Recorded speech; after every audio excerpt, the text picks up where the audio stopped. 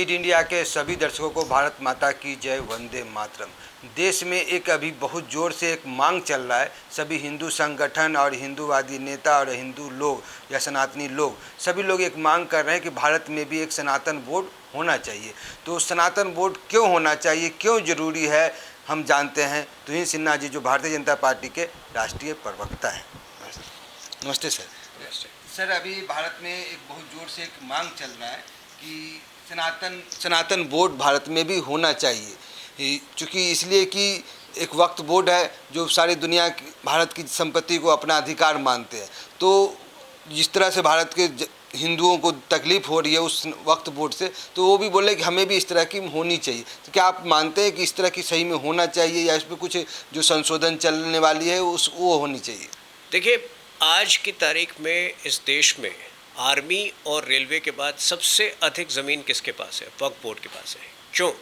क्योंकि एक योजनाबद्ध तरीके से उनको ज़मीन जो है दी गई तमाम कांग्रेस सरकारों के द्वारा। दो ऐसे संशोधन वक्फ के नियम में 1995 में और 2013 में हुए जिसमें कि प्रमाण की कोई आवश्यकता नहीं थी। वक्फ बोर्ड अगर कोई भी प्रॉपर्टी को कहती कि ये हमारी प्रॉपर्टी है तो कुछ हफ्तों के अंदर वो प्रॉपर्टी उनके नाम हो जाती। और इसमें निश्चित रूप से कांग्रेस की सरकारों ने, तमाम राज्य सरकारों ने इसमें वक्फ की बहुत मदद की है। अभी कर्नाटक का एक मामला आया था पिछले महीने जिसमें कुछ 12,000 गरीब किसानों की ज़मीन को जो है वक्फ बोर्ड ने इसी तरह हथियाया था। केरल में इसी प्रकार के मामले आए हैं, बिहार में भी आए हैं। तमिलनाडु में तो एक ऐसा गांव है जिसमें कि 1500 साल पुराना मंदिर जिस गांव में है, उस गांव को जो है क्लेम किया गया वक्फ बोर्ड के द्वारा कि ये हमारी ज़मीन है। हरियाणा के अंदर जिस गांव में 400 साल पुराना गुरुद्वारा है, उस गांव को जो है क्लेम किया गया कि वो वक्फ की ज़मीन है। तो मैं तो लोगों को कहता हूँ, आप जहाँ भी काम करते हैं, आप अपनी ऑफिस में कभी मैं जिस चैनल में डिबेट के लिए जाता हूँ, चैनल में भी कहता हूँ कि वक्फ के लोगों को नहीं बुलाइए, कल को कहेंगे कि चैनल हमारी ज़मीन पर है और उसको हथिया लेंगे। तो इस प्रकार की जो लूट चल रही थी बहुत सालों से कांग्रेस सरकारों की मदद से, मेरे ख्याल से उस लूट को रोकने का वक्त अब आ गया है, क्योंकि ये लैंड जिहाद का मामला है। अगर इसको अभी नहीं रोका गया तो देश में कोई ज़मीन महफूज नहीं है। आप मेहनत की कमाई से घर बनाएंगे और कल को जो है वही घर वक्फ वाले आकर कहेंगे कि ये तो हमारी ज़मीन पर थे। और इस वक्त विश्व में कोई भी ऐसा देश नहीं है जिसमें इस प्रकार की घटिया कानून जो है वो चल रही हो, कोई भी इस्लामिक देश भी नहीं है। तो इसलिए इस बार जो वक्फ अमेंडमेंट बिल है वो बहुत ज़रूरी हो जाता है और मैं आशान्वित हूँ। मुझे पूरा विश्वास है कि जो विंटर सत्र होगा, शीतकालीन सत्र होगा पार्लियामेंट में, उसमें इस बिल को पारित किया जाएगा।